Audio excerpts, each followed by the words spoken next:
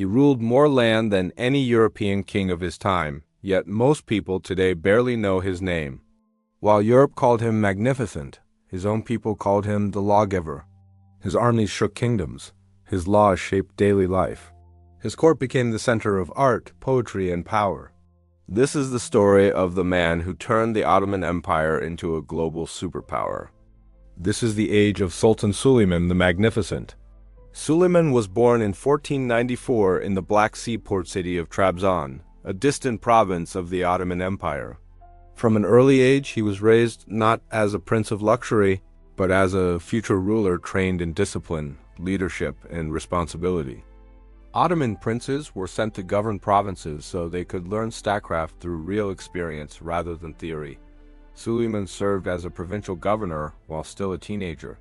He learned how to manage taxes, resolve disputes, and command soldiers. This early exposure shaped his confidence and political skill.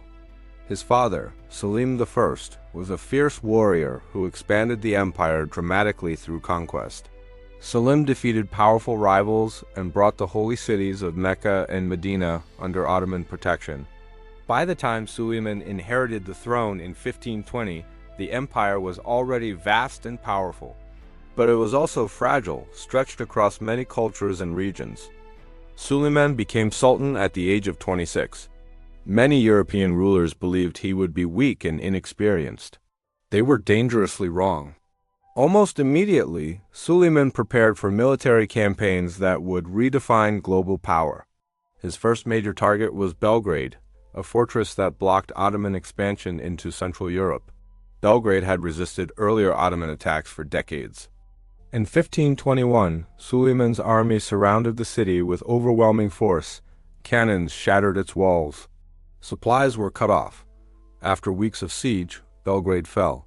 The road into Europe now lay open. This victory shocked Christian kingdoms across the continent. It signaled that a new and ambitious ruler had arrived. Suleiman did not stop there. In 1522, he turned his attention to the island of Rhodes, held by the Knights of St. John.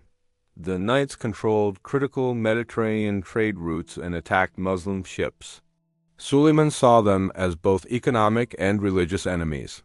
He launched a massive siege using land and naval forces. The battle lasted months and drained both sides. Eventually, the Knights surrendered. Suleiman allowed them to leave safely, earning respect even from his enemies. This decision reflected his belief in honorable warfare. It also enhanced his reputation as a just ruler. By his early 30s, Suleiman had already proven himself a powerful commander.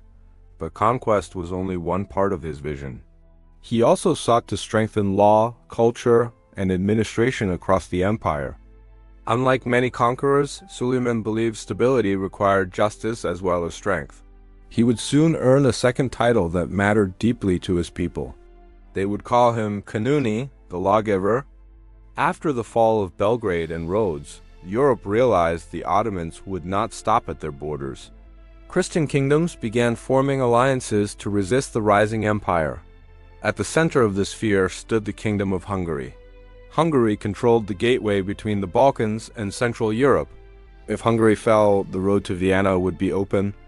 Suleiman understood this clearly. In 1526, he marched north with one of the largest armies Europe had ever seen. His forces included elite Janissary soldiers, cavalry, artillery, and supply trains. The Hungarian army gathered near the small town of Mohács to block his path. They were brave, but badly outnumbered. They also lacked heavy artillery. On August 29, 1526, the two armies met on the muddy fields of Mohács. The battle lasted less than 2 hours. Ottoman cannons tore through Hungarian lines. Cavalry charges shattered what remained of their defense. Thousands of Hungarian soldiers were killed. King Louis II of Hungary drowned while fleeing the battlefield. Hungary was left without a ruler. The kingdom collapsed almost overnight. This single battle destroyed medieval Hungary as an independent power. Europe was stunned by the speed of the defeat. Suleiman now controlled most of Hungary. The heart of Central Europe lay exposed. Cities surrendered without resistance. Fortresses opened their gates. Many rulers chose diplomacy over war. They hoped tribute would buy them peace. But Suleiman's ambition had not reached its limit. In 1529, he marched toward Vienna itself. Vienna was the capital of the Habsburg Empire. It was one of Europe's strongest fortified cities. If Vienna fell, Ottoman power could spread deep into Europe. Suleiman surrounded the city with massive forces. Cannons bombarded its walls day and night. But heavy rain and supply problems weakened the Ottoman army. European defenders fought with desperate determination. After weeks of fighting, Suleiman withdrew. Vienna survived, but only narrowly. Europe celebrated the retreat as a victory, but the fear did not disappear. Ottoman armies remained only a short march away. For decades, border wars continued across Hungary and Austria. Suleiman returned again and again to defend Ottoman territory. Each time his presence reminded Europe that the empire remained unstoppable. But while Europe focused on fear, Suleiman focused on building order at home. He knew empires did not survive on battle alone. They survived on laws, loyalty, and administration. This belief would shape his greatest achievements. While Europe feared his armies, Suleiman was shaping a powerful state from within. He believed justice was the strongest weapon of an empire. He personally studied old Ottoman laws and court rulings. Then he ordered new legal codes to remove corruption and confusion. These laws became known as the Canon of Suleiman. They worked alongside Islamic law but covered everyday life and government. They explained taxes, property rights, and punishments clearly. Officials could no longer invent rules for personal gain. Farmers now knew exactly what they owed the state. Merchants trusted courts to protect contracts and trade. Justice became predictable instead of arbitrary. Because of this, people called him Suleyman the Lawgiver in the Islamic world. This legal stability brought economic growth across the empire. Trade routes stretched from Central Europe to India. Caravans crossed deserts and mountains under Ottoman protection. Ports in Istanbul, Alexandria, and Aleppo bustled with foreign merchants. Silk, spices, grain, and metals moved through Ottoman markets. Taxes funded roads, bridges, and public buildings. Cities expanded and new neighborhoods were built. Schools and hospitals received state support. Water systems improved life in crowded urban centers. Different religions also found space within the empire. Christians and Jews were allowed to practice their faith. They paid special taxes but kept their own religious courts. This system was called the millet system. It allowed communities to manage marriages, education, and charity. In return, they remained loyal to the Sultan. This policy reduced rebellion and strengthened unity. Suleiman also valued culture and learning deeply. He wrote poetry under a secret pen name. He studied history, philosophy, and Islamic theology. His palace became a center of art and scholarship. Architects, poets, calligraphers, and musicians gathered in Istanbul. The greatest architect of the age was Mimar Sinan. Sinan designed hundreds of buildings across the empire. His mosques combined beauty with perfect engineering. The Süleymaniye Mosque in Istanbul became a symbol of imperial power. Its massive dome seemed to float above the city. Inside, light and sound created a feeling of peace and order. These buildings were not only religious centers. They included schools, kitchens, hospitals, and libraries. The empire cared for the poor as part of public duty. Suleiman's court also became famous across Europe.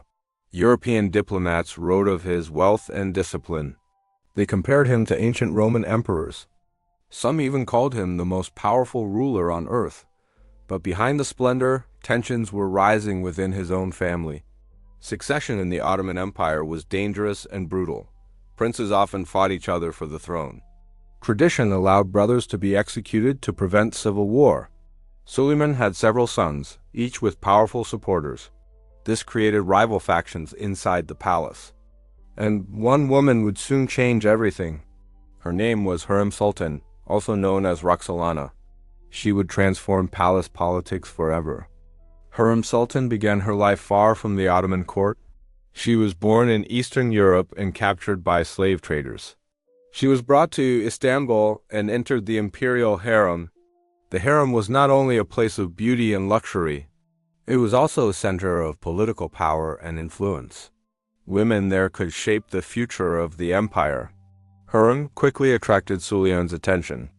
She was intelligent, witty, and fiercely ambitious. Unlike other concubines, she became the Sultan's closest companion. Suleiman broke tradition and married her legally. This shocked the entire court. Ottoman sultans rarely married slave concubines. Marriage gave Hürrem official status and political authority. She began advising Suleiman on matters of state. She communicated with foreign rulers through secret letters. She also built mosques, hospitals, and charities in her name. But her greatest influence lay in the battle for succession.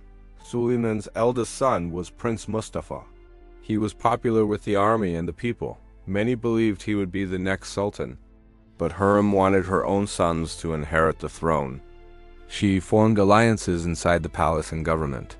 She worked closely with the Grand Vizier, Rustam Pasha. Together, they convinced Suleiman that Mustafa planned rebellion. Whether the accusation was true remains debated, but Suleiman believed his son was a threat. In 1553, Prince Mustafa was summoned to the army camp. There, he was executed by the Sultan's order. The army was shocked and deeply angered. Many soldiers mourned their fallen prince, but none dared to challenge the Sultan's authority. This act removed the strongest rival to Hürrem's sons. Soon after, other princes also died under mysterious circumstances. The struggle for power left deep scars in the royal family. Hürrem herself did not live to see her son take the throne.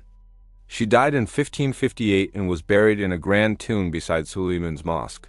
Her influence, however, had already changed Ottoman politics forever. Women of the palace would now play larger political roles. This period later became known as the Sultanate of Women. Court intrigues increased and stability slowly weakened. Meanwhile, Suleiman was aging and his campaigns grew more difficult.